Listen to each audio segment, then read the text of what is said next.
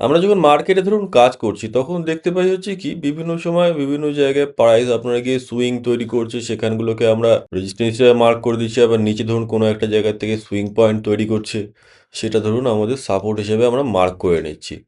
কেন মার্ক করে নিচ্ছি? এতে পরবর্তীকালে আমরা প্রাইস যখন এইসব জায়গায় যখন আবার দ্বিতীয়বার আসবে তখন এখানে কিরকম রিয়াকশন করছে সেই বুঝে আমরা পরবর্তী ট্রেড প্ল্যান করতে পারি, সেই জন্য আমরা মার্ক করে থাকি। ঠিক আছে? তো আমরা যখন ধরুন সাপোর্ট রেজিস্ট্যান্সগুলো মার্ক করে নিই পরবর্তীকালে দেখি হয়তো কি কোনো জায়গায় এসে প্রাইস আপনার ধরুন এরকম ধরনের রিজেকশন দিচ্ছে বা কোনো জায়গায় হয়তো ব্রেকআউট দিয়ে দিচ্ছে, কিংবা হয়তো এরকম হচ্ছে যে ব্রেকআউট হচ্ছে, ব্রেকআউটের পরে সেই ব্রেকআউট হয়তো আবার ফেল হয়ে যাচ্ছে। তো সমস্ত যে সাপোর্ট রেজিস্ট্যান্সগুলো তৈরি হচ্ছে সমস্ত সাপোর্ট রেজিস্ট্যান্সগুলোই কি একই রকম আপনার শক্তিশালী, নাকি বিভিন্ন সাপোর্ট রেজিস্ট্যান্সগুলো বিভিন্ন রকমের মানে পাওয়ারফুল হিসাবে কাজ করে? তো আজকের ভিডিওতে আমরা চেষ্টা করব হচ্ছে কি যে সাপোর্ট রেজিস্ট্যান্স যেগুলো মার্কেটে তৈরি হচ্ছে সেগুলো কোন সাপোর্ট রেজিস্ট্যান্সগুলো কতটা পাওয়ারফুল সেটাকে আইডেন্টিফাই করার জন্যে, এবং সেই জায়গায় প্রাইস যখন দ্বিতীয়বার যাবে তখন সেটাকে আমরা কিরকম ধরনের অ্যাপ্রোচ করতে পারি যে আমাদের ট্রেডিং নেওয়ার জন্য, সেটাই আমরা এই ভিডিওটার মধ্যে আলোচনা করতে চলেছি। তো নমস্কার বন্ধুরা, মার্কেট ল্যাব বাংলার আরও একটা নতুন ভিডিওতে আপনাকে জানাই স্বাগত।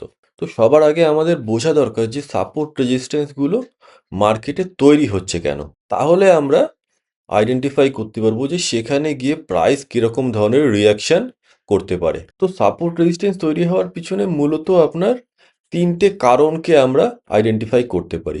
ঠিক আছে? তো প্রথম কারণ হচ্ছে কি, ধরুন কোনো একটা মানুষ রয়েছে বা কোনো ধরুন একজন বায়ার প্রাইসটাকে আপনার ওপরে নিয়ে যাচ্ছে, ওপরে নিয়ে গেল, নিয়ে যাওয়ার পরে তার লক্ষ্য কি যে সে এখান থেকে বাই করেছে, এখান থেকে বাই করেছে, এখানেও বাই করেছে, তার লক্ষ্য হচ্ছে আলটিমেট প্রফিট নেওয়া, তাই না?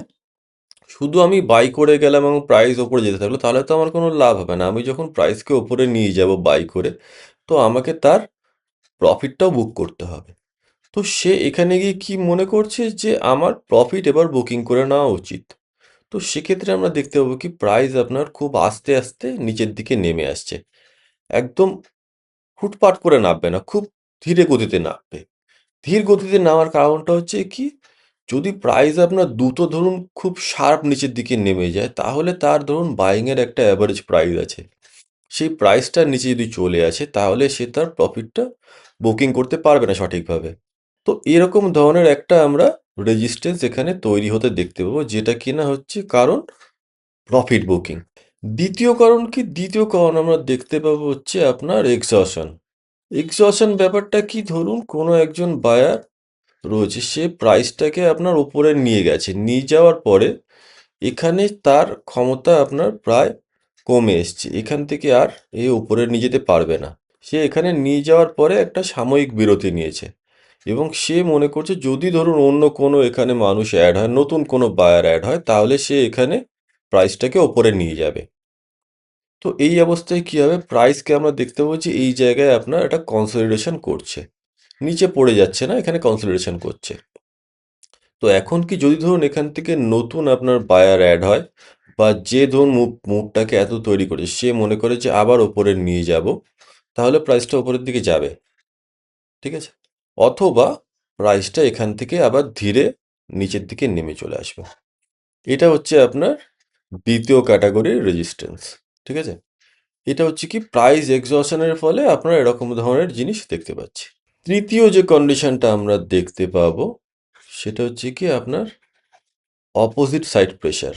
এইটা কিরম ব্যাপার, ধরুন কোন একটা বায়ার আবার প্রাইসটাকে আবার উপরে নিয়ে গেছে, কিন্তু এখানে অলরেডি আপনার একজন সেলার রয়েছে। ঠিক আছে? এখানে অলরেডি একজন স্ট্রং সেলার রয়েছে এই লেভেলটার মধ্যে। তো সেক্ষেত্রে কি দেখতে পাবো যে প্রাইসটা আপনার খুব শার্প নিচে চলে আসবে।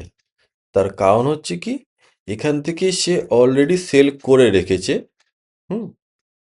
তো এখানে যখন আপনার প্রাইসটা গিয়ে পৌঁছাবে, বাইংয়ের যে অর্ডারটা আছে সেই অর্ডারটাকে তো সে অ্যাবজর্ব করে নেবে এবং সে এখান থেকে আপনার অ্যাগ্রেসিভলি সেলও করতে থাকবে, তার ফলে প্রাইসটা আপনার নিচে চলে আসবে।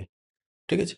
তো আমরা এই তিন ধরনের রেজিস্ট্যান্সের কথা বললাম, যদি সাপোর্টও চিন্তা করেন, সাপোর্টও ঠিক একইভাবে এর উল্টোভাবে কাজ করবে।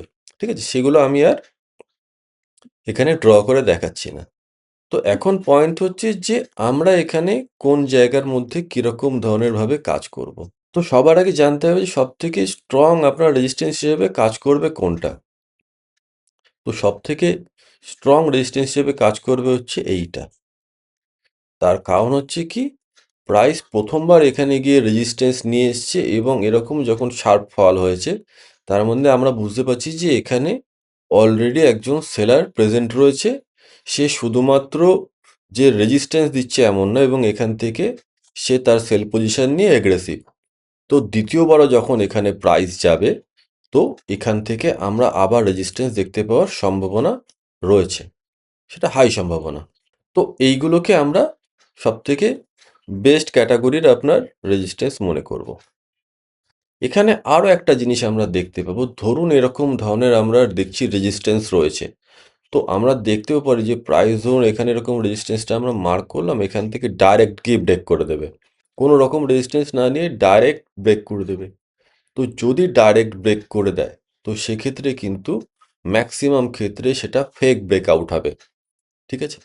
ফেক ব্রেকআউটটা কেন হবে? ধরুন এখানে একজন সেলার আপনার অলরেডি প্রেজেন্ট রয়েছে, ঠিক আছে? এবং তার অলরেডি এখানে পজিশন বিল্ড করা আছে। তো সে এখানে যখন পজিশন বিল্ড করেছে, প্রাইস যখন আবার এখানে আসবে, সে চেষ্টা করবে যে এখানে আরও নতুন পজিশন বিল্ড করার জন্য, এবং সেক্ষেত্রে তার প্রাইসটা আবারও প্রিমিয়ামে পেয়ে যাবে সে সেল করার ক্ষেত্রে। সেই জন্য কী হবে, এখানে যখন ব্রেকআউট হবে, এখানে প্রচুর বায়ার আপনার অ্যাড হবে। তার ফলে কী হবে, এই সম্পূর্ণ বাইং অর্ডার যেগুলো থাকবে, সেই টোটাল বাইং অর্ডারটাকে অ্যাবজর্ব করে নেবে এবং তারপরে সে আবার প্রাইসটাকে নিচে পাঠিয়ে দেবে। ঠিক আছে? তো তা বলে এরকম না যে প্রাইস আপনার এখানে যখনই ব্রেক করছে আপনি সঙ্গে সঙ্গেই শর্ট করে দিলেন। আপনার এখানে প্রাইস ব্রেক করার পর দেখতে হবে যে এখানে কি হচ্ছে। কিন্তু যদি এরকম ব্রেক করার পর এরকম রেজিস্ট্যান্স, প্রাইস আবার নিচে চলে আসে, তা সেটা কিন্তু একটা আরও শার্প ডাউন মুভ তৈরি করতে পারে। ঠিক আছে? একইভাবে সাপোর্টের ক্ষেত্রেও জিনিসটা একই রকম কাজ করবে। তো এরপরে আসছে হচ্ছে কি? Profit booking. তো দ্বিতীয় যেটা দেখতে পাচ্ছি কি, এখানে প্রফিট বুকিং করে ফেলেছে। প্রফিট বুকিং করে নিয়ে প্রাইসটা আপনার ধীরে ধীরে নিচে নেমেছে। দ্বিতীয়বার যখন আবার এখানে যাচ্ছে, তো তার মানে কিন্তু এ না যে এই যে বায়ার আছে সেই বায়ার আপনার উইক। এই প্রফিট বুকিং করার জন্য প্রাইসটাকে নিচে নিয়ে এসছে এবং একটা রিট্রেস এখানে হওয়ার পরে দ্বিতীয়বার এখানে যাচ্ছে। এখানে কিন্তু বায়ারের উইকনেস আমরা দেখতে পাচ্ছি না। ঠিক আছে? তো দ্বিতীয়বার যখন এখানে যাবে, তখন কিন্তু এই রেজিস্ট্যান্সটা ব্রেক করার চান্স আপনার হাই। তো এইটা আমাদের ক্ষেত্রে হবে হচ্ছে দ্বিতীয় আপনার লেভেলের রেজিস্ট্যান্স, যেটার আপনার ব্রেক করার চান্স এটার থেকে অনেক বেশি। তৃতীয় যেটা দেখতে পাচ্ছি সেটা হচ্ছে কি, আমরা এক্সহশন। তো এক্সহশনের ক্ষেত্রে কিন্তু আপনার লেভেলটা ব্রেক হওয়ার চান্স অনেক বেশি। ঠিক আছে? তো আমরা যখন দেখবো এই ৩ রকমের রেজিস্ট্যান্সই, তো আমাদের ক্ষেত্রে সবথেকে পাওয়ারফুল রেজিস্ট্যান্স হিসেবে কাজ করবে হচ্ছে এই লেভেলটা। দ্বিতীয় পাওয়ারফুল লেভেল থাকবে হচ্ছে এইটা, এবং সবথেকে দুর্বল যেটা থাকবে সেটা হচ্ছে এইটা। আপনারা এই ধরনের লেভেলগুলোকে মার্ক করে রাখুন, এবং পরবর্তীকালে প্রাইস যখন ওখানে গিয়ে পৌঁছাবে, সেখানে প্রাইসের রিয়াকশন দেখে আপনাদের কিন্তু ট্রেড নিতে খুব সুবিধা হবে। ঠিক আছে? তো এইগুলো আপনারা কিরম করতে পারেন, ধরুন আপনারা ৩টে আলাদা আলাদা কালারের আপনার লাইন রাখতে পারলেন, কিংবা ধরুন আপনি লাইন উইথ যেটা আছে, যেটা ধরুন সবথেকে স্ট্রং, সেটাকে আপনি ৩ দিলেন। লাইন উইথটা ধরুন আপনার ৩ থাকলো। ঠিক আছে? কোনো একটা নির্দিষ্ট কালার ধরুন রেজিস্ট্যান্স এটা ৩ থাকলো। ধরুন এরপরে যেটা আছে, সেখানটা আপনি এর থেকে কম ২ উইথ করে দিলেন, তার থেকে একটু কম চওড়া। এবং যেগুলো সবথেকে উইক রেজিস্ট্যান্স, সেগুলো আপনি সিঙ্গেল একটা 1 উইথ এর লাইন দিয়ে মার্ক করে রাখলেন। তার ফলে কী হবে, যে আপনার রেজিস্ট্যান্সগুলোর মধ্যে কোনটা স্ট্রং এবং কোনটা উইক, এটা বুঝতে আপনার সুবিধা হবে। ঠিক আছে? তো বেটার হবে হচ্ছে কি, সেই সময় যে আমরা যেগুলো সবথেকে স্ট্রং রেজিস্ট্যান্স সেইগুলোর থেকেই ট্রেড নেব, এবং উইক রেজিস্ট্যান্সগুলোকে আমরা অ্যাভয়েড করব, অথবা সেখানে যদি আমি ট্রেড নিই, কম কোয়ান্টিটি নিয়ে আমরা ট্রেড করার চেষ্টা করব। আপনারা চার্টের মধ্যে দেখুন এরকম ধরনের সাপোর্ট রেজিস্ট্যান্সগুলো আইডেন্টিফাই করে, এবং আপনারা কী অবজার্ভ করছেন সেটা অবশ্যই ভিডিওতে কমেন্ট করে জানাবেন। তো এই ভিডিওটা এখানেই শেষ করছি। পরবর্তী ভিডিওতে আবার দেখা হচ্ছে। সবাইকে অনেক ধন্যবাদ।